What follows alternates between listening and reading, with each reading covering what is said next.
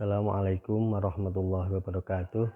Saudara-saudara semua, hari ini kita tetap mulai dengan doa.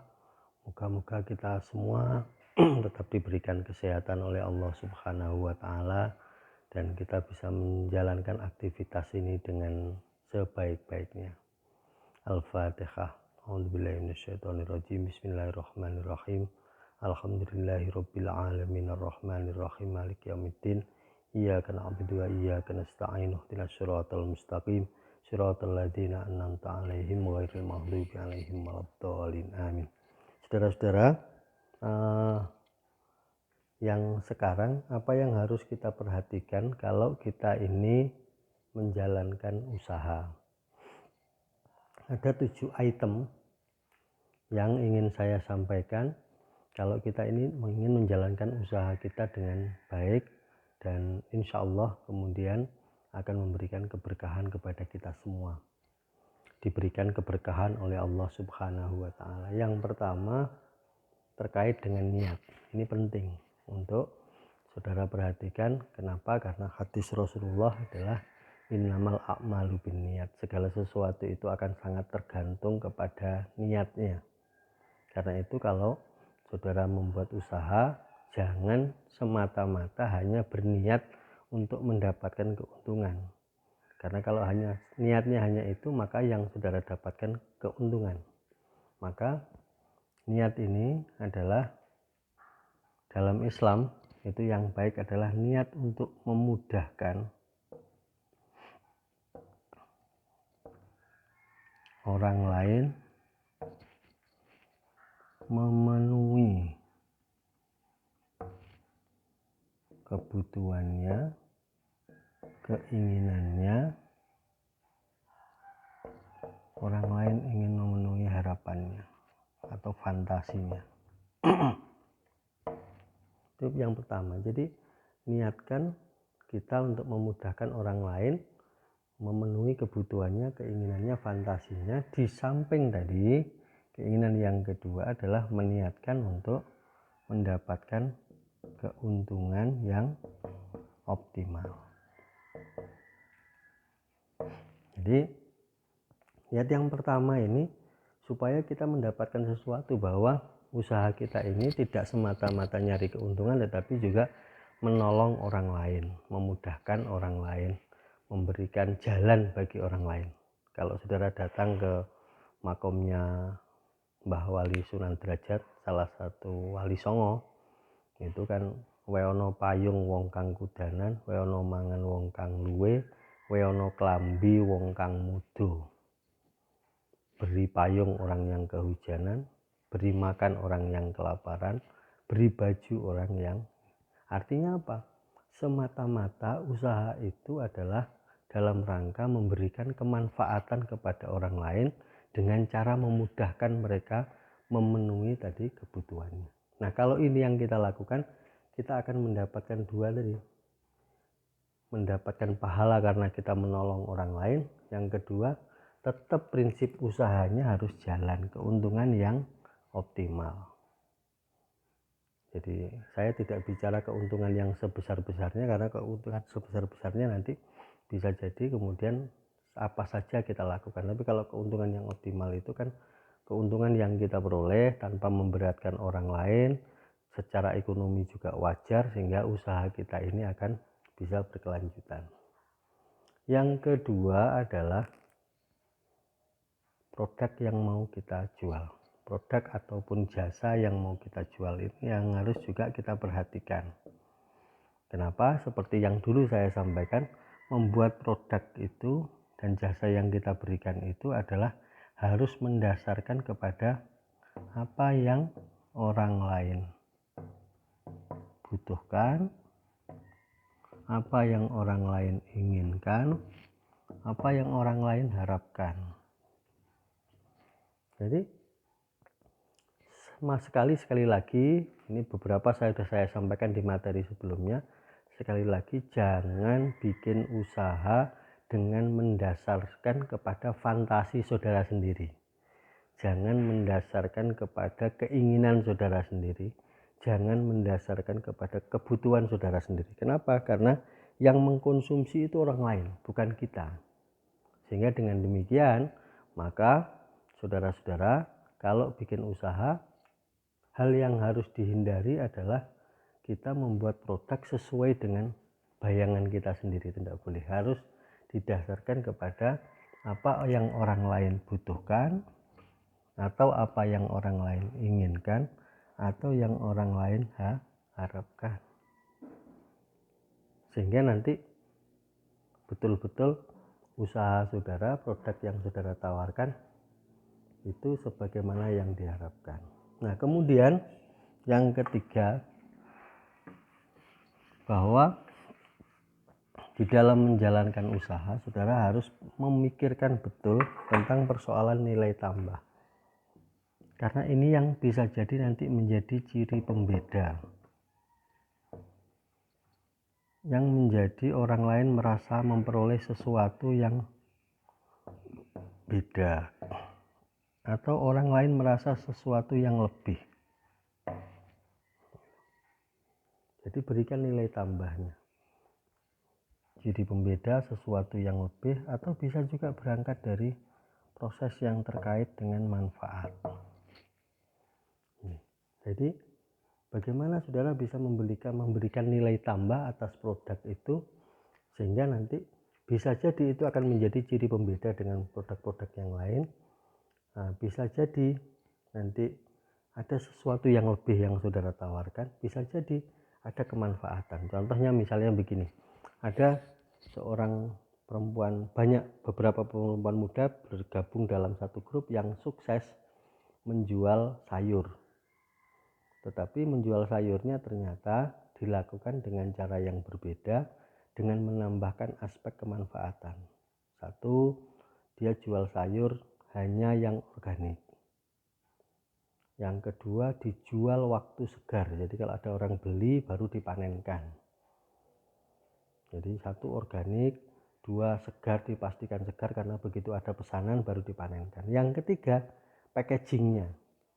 Jadi orang jual sayur itu biasanya kemudian ditekuk-tekuk, ditaruh dalam satu kresek, dikasihkan kepada pembelinya sehingga wajahnya sudah tidak cantik lagi.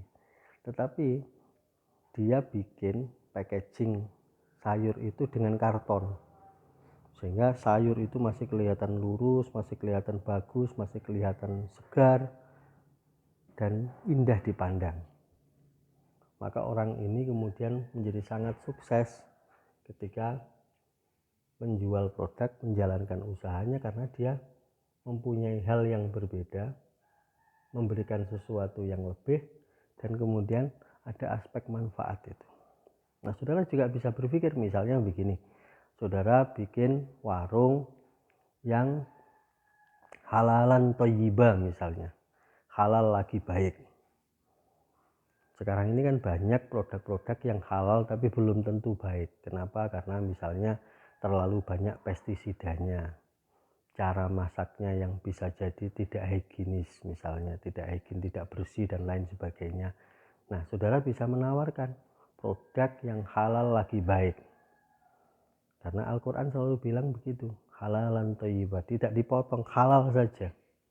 Karena halal itu belum tentu baik. Beras yang kita konsumsi itu halal, tapi belum tentu baik kalau pestisidanya terlalu banyak, sehingga lama-lama juga bahaya. Nah, orang-orang dulu itu kan menjadi umurnya panjang, lebih sehat, kondisinya baik, itu karena kan salah satunya adalah yang dikonsumsi itu adalah barang-barang yang halal lagi baik. Jadi halal plus baik, halalan thayyibah. Jadi kalau dengan pesan ini halal aja masih diminta lagi baik, maka jangan sekali-kali menjual produk yang tidak halal. Kenapa? Karena barang yang haram dikonsumsi itu haram pula harganya. Artinya apa? Barang yang haram dikonsumsi maka haram pula ditransaksikan. Yang keempat adalah hal yang terkait dengan kejujuran. Bisnis itu kepercayaan. Bisnis is trust. Jadi bisnis itu adalah kepercayaan. Kepercayaan itu akan muncul kalau kita jujur. Jadi kalau kita jujur maka akan muncul kepercayaan. Kalau kepercayaan itu muncul, maka ini akan terjadi proses yang berulang. Artinya apa? Orang akan terus bertransaksi terhadap produk kita. Orang melakukan repeat order. Dan ini yang dicontohkan oleh Rasulullah. Dicontohkan oleh Rasulullah bahwa Rasulullah itu adalah pedagang yang sangat jujur. Rasulullah itu kalau jual, kalau ada cacatnya ditunjukkan. Kalau ada kekurangannya disampaikan.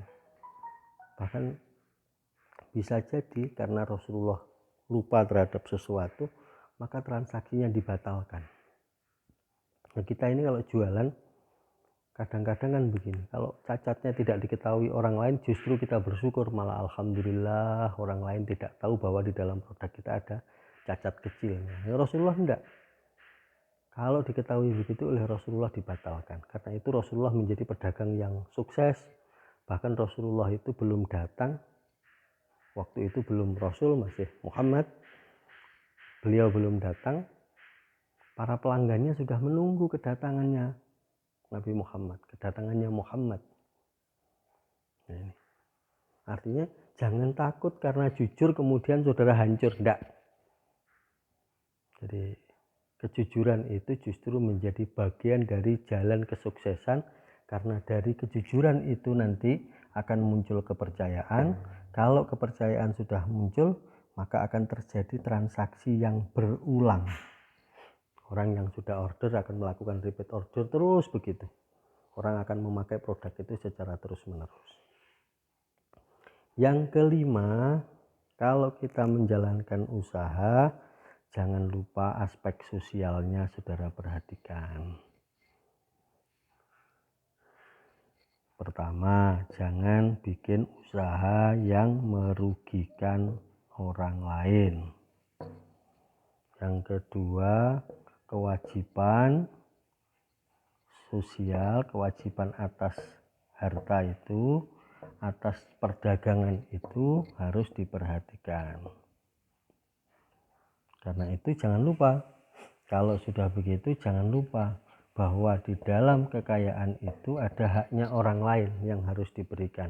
Di Al-Zariyat 19, saya tadi pagi kebetulan baca Al-Quran, ketepatan ketemu dengan surat Al-Zariyat 19, dan ini sebetulnya bagian dari ayat yang menjadi inspirasi saya di dalam kehidupan ini. Wa fi amwalihim haqqul lis-sa'ili wal mahrum. Pada setiap kekayaan itu ada haknya orang lain, diminta atau tidak. Jadi tidak diminta aja suruh berikan, karena itu ada memang haknya orang lain, apalagi kalau diminta. Dan Islam memberikan jalan yang terkait dengan fungsi sosial itu namanya ZIS. Ada zakat, ada infak, ada sedekah. Jangan merasa selesai karena kita hanya membayar zakat, karena sebetulnya konsepnya 3. Nah, kalau bisa ya diusahakan 3-tiganya, meskipun bisa jadi proporsinya berbeda-beda. Ya, kita bayar zakatnya, kita keluarkan infaknya, kemudian kita berikan sedekahnya kepada orang lain. Jadi ini fungsi sosial yang terkait dengan usaha yang kita jalankan itu harus kita lakukan. Ini. Jadi jangan lupa fungsi sosialnya, tidak merugikan orang lain, ingat kewajiban atas harta, yaitu membayar zakat, infak, dan sedekah. Ini yang kelima, terkait dengan kalau kita menjalankan usaha. Yang keenam, lakukan segala sesuatunya secara berulang. Dalam konsep Islam berarti istiqomah. Jadi lakukan secara berulang, jangan sekali terus berhenti, jangan 2 kali terus berhenti, tetapi lakukan secara istiqomah, secara berulang. Dalam sebuah hadis, pekerjaan yang paling baik itu adalah pekerjaan yang dilakukan berulang-ulang. Kenapa? Karena berulang-ulang itu akan menjadi kebiasaan. Kalau kebiasaan itu dijalankan terus, habit dijalankan terus, maka akan meningkat menjadi culture, menjadi budaya. Nah, kalau sudah menjadi budaya itu kan kemudian rasanya tidak pas kalau tidak menjalankan itu. Jadi kalau ini dilakukan secara berulang terus dengan peningkatan-peningkatan tertentu, itu jauh lebih baik. Jadi istiqomah. Yang kedua, jangan cepat merasa berputus asa. Gagal sekali, terus berhenti. Jangan, karena harus ada proses yang berulang tadi itu. Kalau kita gagal sekali, maka sebetulnya kita menemukan setidaknya satu jalan untuk sukses. Kegagalan sekali akan sebetulnya merupakan pemberitahuan jalan untuk sukses. Hanya keledai yang bodoh yang jatuh dalam lubang yang sama lebih dari satu kali. Begitulah dulu pameo yang disampaikan oleh para ulama. Karena itu ketika gagal, berusahalah bangkit. Berusahalah bangkit untuk kemudian saudara terus melakukan usaha yang ada itu. Jadi kegagalan adalah pelajaran kita untuk bangkit, dan dengan kegagalan kita menemukan jalan. Ya, kalau saudara belajar ngaji ada tafsir Jalalain, maka ya di sini ada tafsir jalan lain lah. Tidak ketemu jalan ini, ketemu jalan ini. Kalau Roma Irama bilang banyak jalan menuju Roma. Artinya jangan sampai kemudian kita berhenti hanya karena gagal satu kali, karena disitulah menemukan pembelajaran. Saya sering menggambarkan begini, kalau kita berpikir gagal terus berhenti, maka mungkin kita hari ini tidak bisa ngomong, kita hari ini tidak bisa jalan. Kenapa? Karena gagal terus berhenti. Untungnya kita waktu kecil tidak pernah berpikir bahwa gagal itu kemudian membuat kita berhenti. Kita jatuh, maka kemudian kita belajar lagi berdiri. Kita jatuh, kemudian kita mencari cara supaya berdiri. Belum bisa jalan, kita terus berusaha sampai bisa jalan. Belum bisa ngomong, terus kita berusaha untuk ngomong. Akibatnya apa? Yang sekarang terjadi. Kita bisa jalan-jalan, kita bisa ngomong, dan lain sebagainya. Itu kan karena proses saat kecil kemudian kita tidak banyak terlalu memikirkan resiko, tetapi kita justru mencari jalan ke luar. Jadi pikiran produktif itu kalau kita gagal, di samping berpikir itu sebagai resiko, tetapi yang utama adalah bahwa disitulah kita menemukan jalan untuk kemudian bisa bangkit kembali. Yang ketujuh, yang terakhir adalah jangan lupa bahwa capaian yang kita peroleh ini semata-mata karena pertolongan Allah Subhanahu wa Ta'ala. Ya, di samping ikhtiar, karena prosesnya kan yakin, ikhtiar, doa, kemudian tawakal. Yakin dulu bahwa usaha kita akan sukses, lakukan usaha dengan baik. Jangan lupa terus berdoa, meminta kepada Allah untuk mendapatkan pertolongannya. Dan yang terakhir adalah mengembalikan semua keputusan itu kepada Allah Subhanahu wa Ta'ala, karena memang Allah yang akan memberikan ketentuannya. Gitu. Nah, kalau sudah begitu, janjinya Allah jelas. May yatawakkal 'alallah fahuwa hasbuhu. Barang siapa yang bertawakal kepada Allah, maka Allah akan memenuhi segala kebutuhannya. Jadi akan dipenuhi semua kebutuhannya. Nah, kemudian kalau sudah begitu, maka bersyukurlah. La in syakartum la azidannakum wa la in kafartum inna adzabi lasyadid. Yang bersyukur akan ditambah nikmatnya oleh Allah, yang kufur ditunjukkan bahwa azab Allah itu sangat pedih. Jadi teruslah bersyukur atas apa yang kita terima, berapapun yang kita terima, dan apa saja ketentuan Allah itu jalani dengan baik dan syukuri dengan syukur yang ikhlas. Dengan demikian insya Allah akan kita ditambah oleh Allah Subhanahu wa Ta'ala atas nikmat yang kita terima ini. Jadi sekali lagi, kalau kita menjalankan usaha, jangan lupa terhadap 7 item ini. 1, niat untuk memudahkan orang, niat menolong orang. Jasanya yang dibuat adalah dasar dari apa yang orang lain inginkan. Berikan nilai tambah atas setiap produk. Lakukan dengan prinsip kejujuran, bahkan kalau dilengkapi jujur, ikhlas, ya. Kejujuran dengan keikhlasan, tidak ada keterpaksaan dan lain sebagainya. Yang ketiga, jangan lupa fungsi sosial dari usaha. Yang keempat, lakukan itu secara berulang karena itu yang paling baik, dalam bahasa lain ini istiqomah. Dan yang terakhir adalah selalulah menjadi umat yang bersyukur kepada Allah atas segala nikmat yang kita berikan. Insya Allah kalau usaha itu kita lakukan dengan 7 prinsip ini, usaha kita akan berhasil dengan baik. Dan semoga kita semua tetap menjadi orang yang baik, mampu berusaha secara baik dan bersyukur kepada Allah atas segala nikmat yang kita terima. Kira-kira itu, terima kasih. Allahumma fiq ila aqwamit thoriq. Wassalamualaikum warahmatullahi wabarakatuh.